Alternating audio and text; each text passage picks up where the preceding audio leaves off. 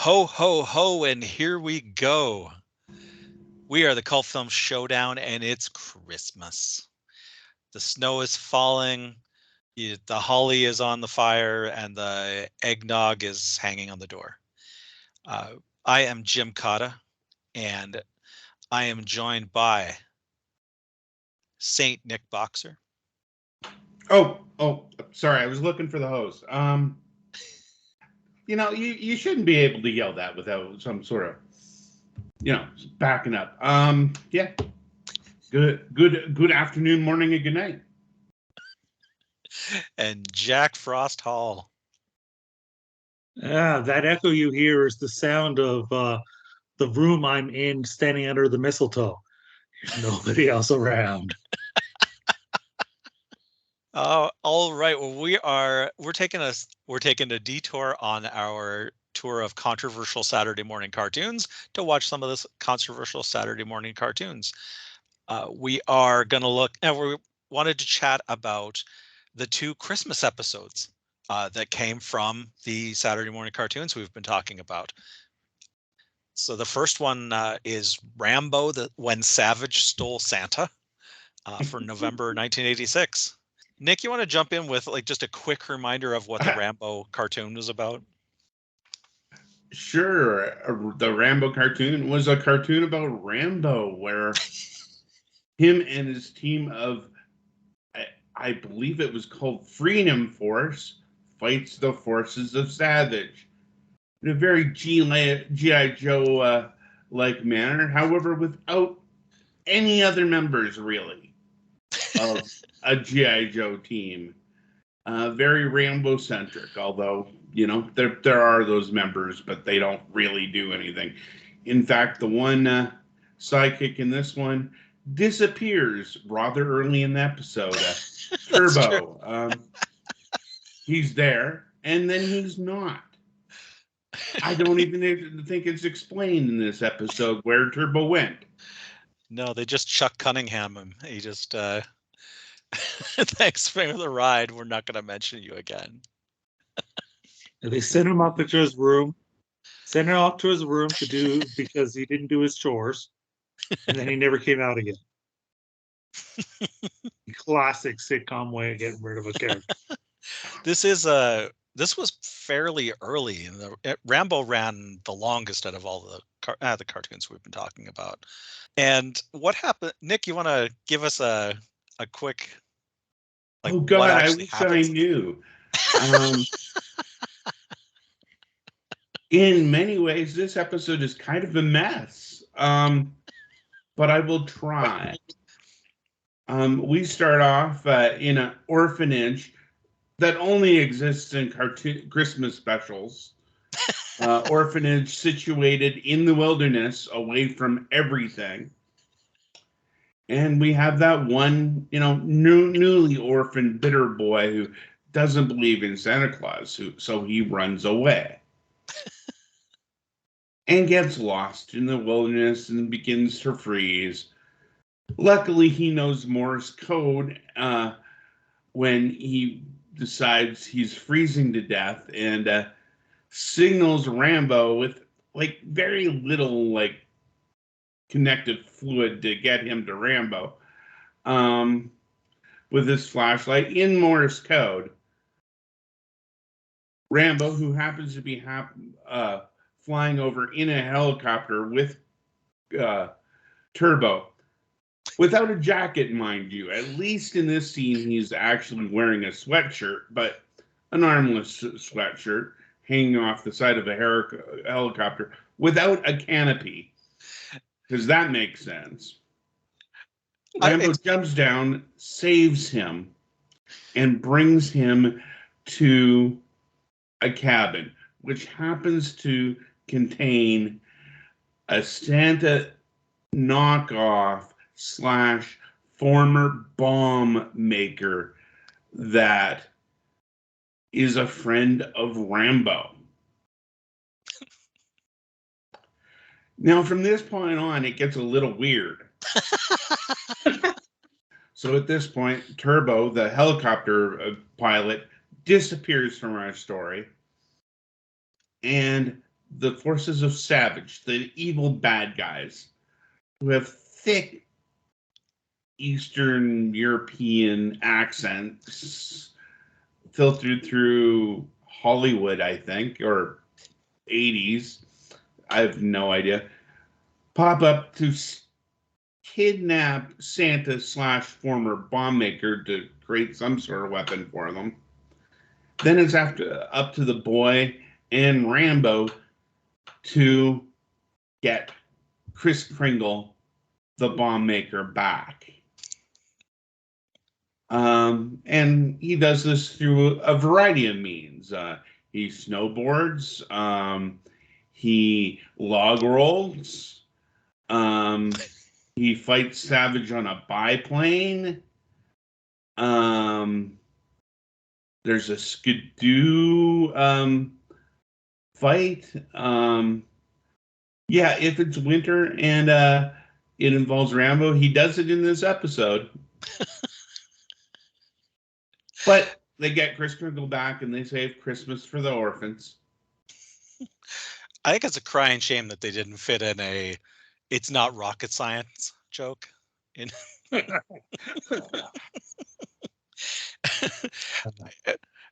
they basically have like the entirety, every winter scene from a James Bond movie is repeated in this one.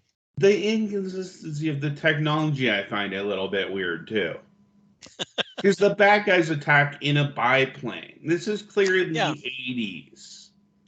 It's an odd choice, yeah.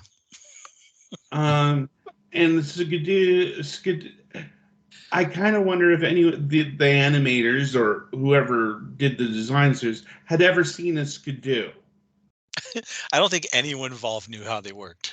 I don't think anyone involved had ever seen snow.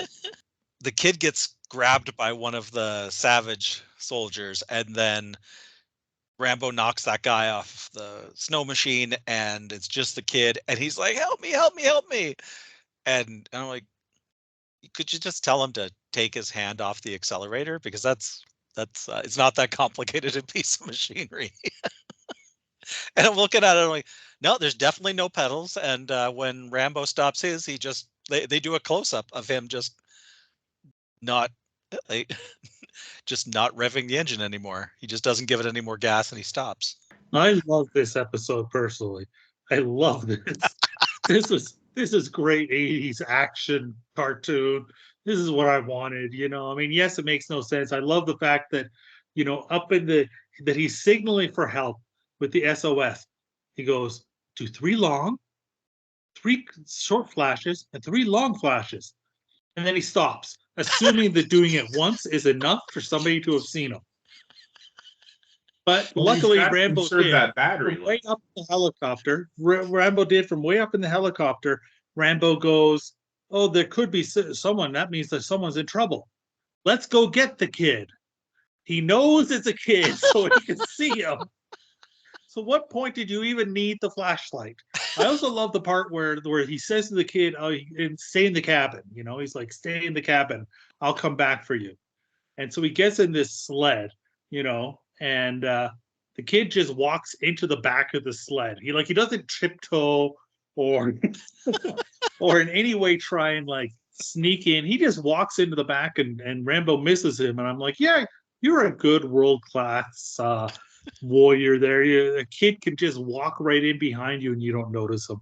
This is just the proper amount of equally insane and action-filled, fun 80s cartoon. We bring up G.I. Joe as a constant reference. G.I. Joe was a cultural phenomenon, a huge hit, and is beloved. And this is every bit the same type of show and just as entertaining. And for both the craziness and for actually the action. I didn't even look to see if there are any Christmas episodes of G.I. Joe. It seems like something I feel like Snow Job should have gotten a couple episodes of highlighting. Yeah, damn it. And that's the other thing. That's the other thing this one has. It has that classic Christmas theme in that you have a kid who is down on Christmas, and by the time it's over at the end, he loves Christmas. and he's into giving. It has that moral, Christmassy feel to it, that make good feel to it, and I mean, sure, it's a little illogical in how the kid suddenly cares about giving, but nevertheless, it got there. It is a learned an important lesson kind of story. I Going back to what Nick was saying in the summary there. There are no adults with them at this orphanage either, are there? No, didn't see one. Like I couldn't tell if they were like in juvie or in an orphanage. But it's just them, and he just walks out the door and is gone for a while, and the other kids are just like, I think he went for a walk. He seemed grumpy. I find it interesting. That's the point you pick out when the consistency of or the need for coats is left behind as well. I freaking love that. We talked about this when we talked about about the pilot of Rambo, where he has like the tying his shoes, putting on the bandana montage that's in the opening credits and then shown again during the episode. And I realize it's like He-Man. It's the He-Man I have the power Yes. montage that you reuse every episode.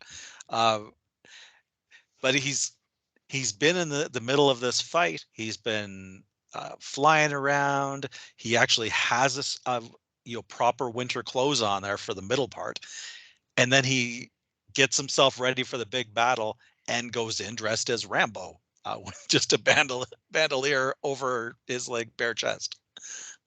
As I said before, that montage has the most dramatic tying of shoes moment in the history of tying of shoes on television or film.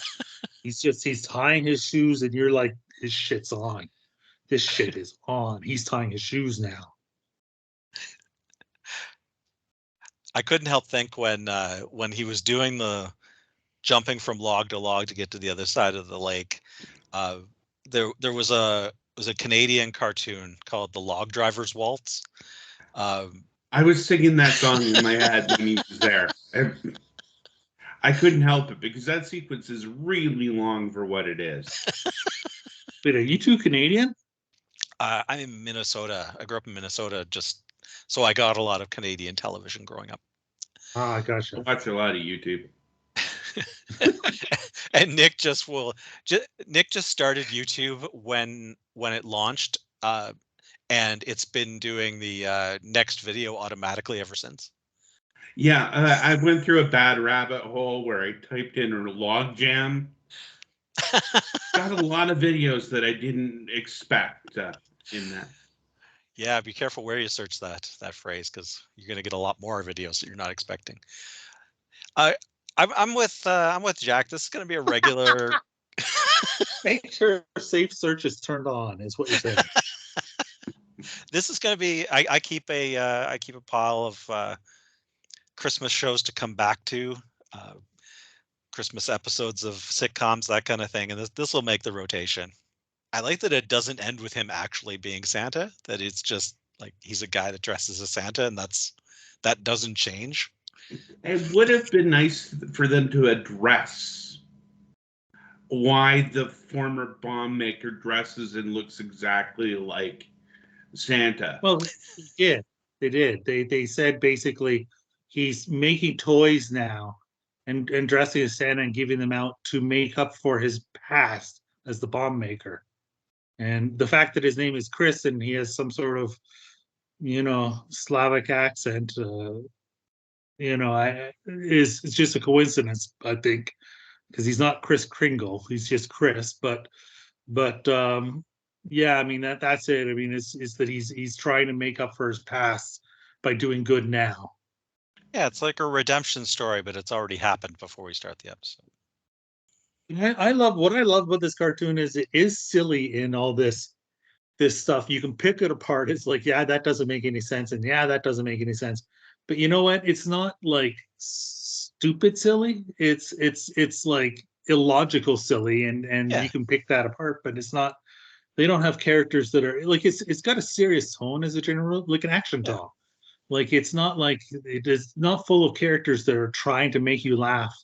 just that seem like they're shoehorned in there and are, you know, out of place, like you would see in one of the upcoming cartoons we're going to be talking about, Conan. It has characters like that where you're like, all of a sudden this character is like just comedic relief, and it's like, really, it doesn't pander in that way.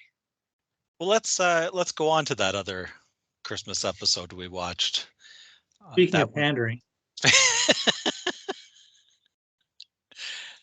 So, RoboCop Alpha Commando, which was the 1998 RoboCop series. O Tannenbaum Whoa Tannenbaum, episode 18, and aired in October. Again, Christmas episode a touch early, but what can you do? well, Halloween doesn't get a show. I don't know. I think there was a time where you just where you just wanted to do a Christmas episode because the broadcasters would air just your Christmas episode every year. They didn't have enough content, so they would just show a whole bunch of a very special episode of. And I doubt that this one became a Christmas classic in that way. Nick, RoboCop's Oh, Christmas. you know, this job is so much harder than I ever thought it would be. Okay, in the Christmas special of RoboCop Alpha Commando, well, we have, I was going to call her Newmeyer, but that's not her name. RoboCop's partner has to get a gift for Christmas, so she goes out shopping on the busiest shopping day on the year, and apparently online shopping has fallen out of favor. I love And that it's line. really busy, and she's getting pissed off. And you know, she gets so mad in this. I believe she actually swears, but that could be some sort of cognitive dissonance, traumatic thing on my part because, It is. wow, she's really mad and she doesn't like these people, and she's going out, and it turns out that there are thieves at work at Christmas, and it's so bad that the captain is robbed as well, and he calls her and RoboCop in to help out because everybody else on the force is busy with the Christmas rush and they can't find the thieves without RoboCop going undercover as a snowman. They do. It turns out there's a group of robot elves at work. I have to say this one is actually a little bit more appropriate to, you know, the whole RoboCop thing is it's like anti-consumerism. It's the elves seem to be That's the first 6 minutes. What about the other 75% of the show? and hilarity ensues. Christmas hilarity. What about Miss Tannenbaum and all that? What about Oh yeah, uh we have to save something for the actual talk. Just setting these things up, man. It's up to you to knock them down. okay. The elves to me they were combining a few things. This is 1998. I mean, Cabbage Patch Kids were quite a while ago, but it reminded me a lot of Chucky, and the robot is stealing their wallet. It's the most complex plan. They say this is happening all over town, but really it seems to be just one department store. Um, it seems like a house of cards that would be difficult to maintain if everyone at one store was getting robbed. I do love that that online shopping died off line is so weird in the timing because this is 1998. Like I don't even I I barely remember there being online shopping at that point. It would have been also nice if they It, came up with a reason it died off. Yeah, there was no explanation of that. It was just, yeah, like people want to go back to the Like, stores basically. people are sick of like the convenience of this when it's such a hard thing to go to a store. Especially to get robbed. And get robbed. Especially to get robbed. I- And you know, it really this one much more so than when we did the pilot episode, which was a 3-parter, and I think I made it through most of part 2 before tapping out. It really kind of shone a light on me on how much RoboCop has lost his balls in this cartoon. Like, I mean, this was a subversive, you know, somewhat controversial, violent uh, movie with this message, and like, I know Well, that he had we balls. knew They it were just made of was, snow.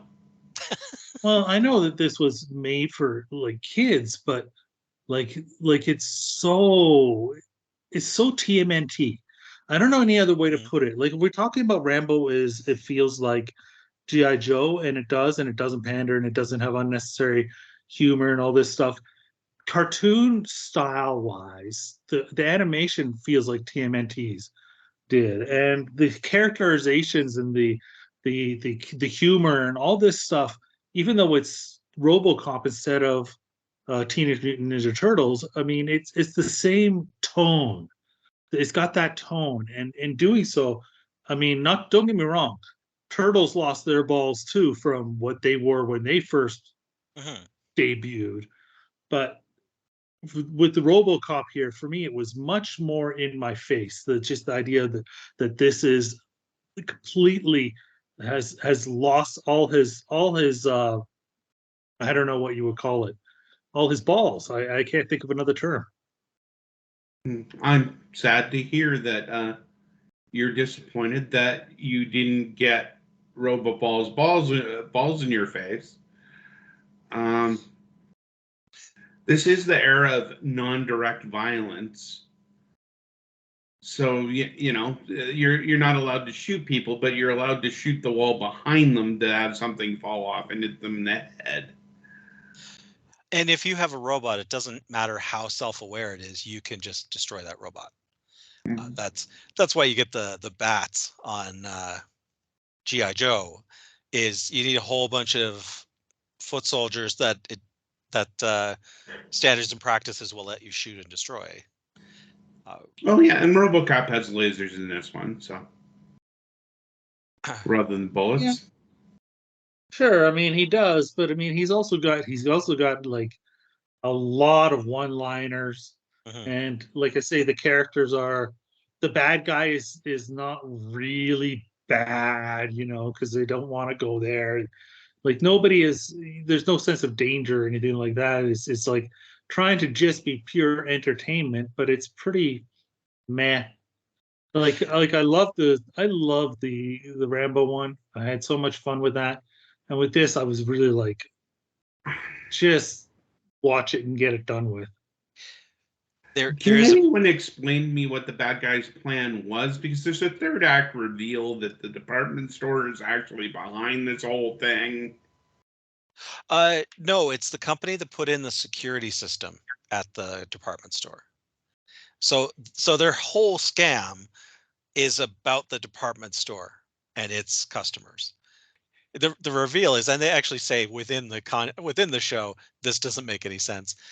The company that was putting in their security system said, "Hey, I can give you a deal on all of these cute elf dolls."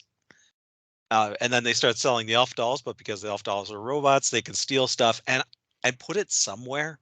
Like that part's left out of where they're actually putting the money.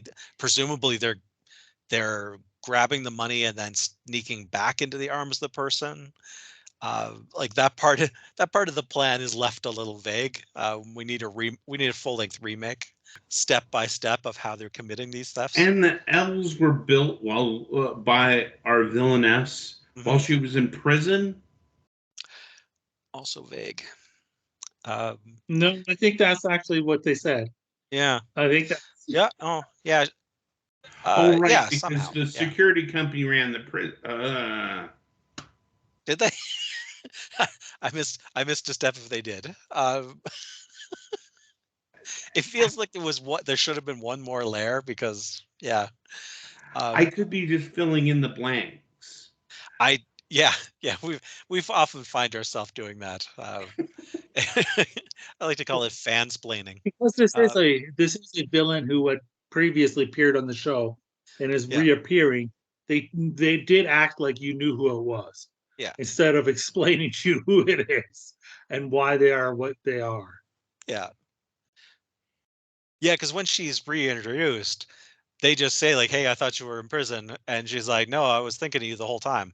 I'm like, "Is that all? That's all I'm gonna get, isn't it? Like, just that's Yeah. as much as you're gonna remind me of who this person is." I love what how she gets introduced into the episode. So RoboCop and his partner are talking to the sciencey guy that's one of the other main characters, and they open the door and there's this 4-foot cube present sitting on his step. Uh, and he's like, I have no idea what this is. No one rang the doorbell. Don't know where it came from. And then RoboCop and his partner is like, well, lots of luck with that suspicious package. We've got stuff to do. Hmm. And it's a package large enough to have a human in it. Um, I love that they just leave him with that. I was like, yeah, that's probably fine. This episode does have a peak Christmas experience, though. There's one scene that just redeems so much of this for me. It's RoboCop going undercover at the mall to find out what's going on and disguises himself as a snowman. I do love that beforehand they're like, we got to go undercover. And his partner is like, how are you going to go undercover? And he's like, you leave that to me. And as soon as you see the scene, you're like, that is really muscular, super muscular snowman is clearly Robocop. Yeah. Oh, yeah, it's not like a round snowman. It's just like a snowman in the shape of RoboCop. It's hilarious. And then he rips out like the head comes off, and you're like, hey, that's RoboCop. Didn't see that come. What a twist. There was also a disturbing piece of this for me. So they make it to the villain's lair, and there's all kinds of different robots attacking them, as well as like tons of these elves. And so they're smashing up all these robots. And then there's a snowman robot who's like shooting at them and stuff. And RoboCop uses his flamethrower on the snowman, and the snowman melts completely into a puddle. What the hell was that thing? And references the Wicked Witch of the West melting. He goes, I'm melting. Yeah. They introduced an entirely different form of technology there, and then just like, huh, I guess she can do I guess she can do magic snowmen too. Maybe we'll come back to that. I was kind of disappointed that the Ginsu knife robot never showed up again from the very beginning in their montage of Christmas advertisements. Yeah. I understand the number one Christmas gift that year is a bag of glass. That's a classic. Kids like glass. Nice pull. Uh, well, it was indeed silly. I Rambo definitely the winner out of this. But I think both did what I hoped that they would do. I wanted to pull out these episodes, having noticed that there were a couple of these shows that had Christmas episodes, because we decided we were going to do the pilots of all of these shows. Sometimes it's interesting to see like halfway through. I know that Jack, you did that with Toxic Crusaders, that you jumped about halfway through the series and watched another one to kind of see where they go with it. Um, so it was interesting to see, especially the Rambo, but to see kind of how that show developed from the original concept. Like I say, I really enjoyed the Rambo. Didn't enjoy the Robocop so much, but I'm glad to have watched them and And the Rambo did put me in the mood for Christmas. I'm now ready to drink some really old eggnog. 1.5 year, 2 year old eggnog. That's what I want. Nice. Yeah, like eggnog that's been around long enough that it's developed its own alcohol content. That's basically it. Yeah. I love it. Well, I don't think there are enough New Year's episodes to do another one of these, but we will be back shortly with the next episode, which is another Paul Verhoeven, isn't it? Starship Yes, Troopers it is. next. Yeah. All right. So the Cult Film Showdown can be found on Instagram and on Patreon. You can subscribe on YouTube or on your favorite podcast app. Please like and comment. We love comments. Send us a nice Christmas message when you've heard this. And we are sponsored by WeTalkPodcast.com, the home of the Octagon, where we keep track of our search for the ultimate B movie when we're not watching cartoons from the 1990s. We Talk Podcast has a Facebook and they have a Twitter. Any last Christmas thoughts, Christmas wishes?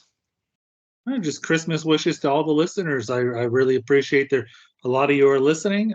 Tons of you listen to the Masters of Horror. If you didn't listen to the Masters of Horror episodes, certainly go back and check some of those out. But a lot of people listened, and the early returns on our controversial Saturday morning cartoon series here are very strong. So thank you all for listening, and have a Merry Christmas. Yes, and just to piss some people off, happy holidays. And I'm hoping we can find enough episodes to do this again at Arbor Day. I'm sure there's some Arbor Day episodes out there. Oh, gotta be. It's probably more Arbor Day than there are Halloween.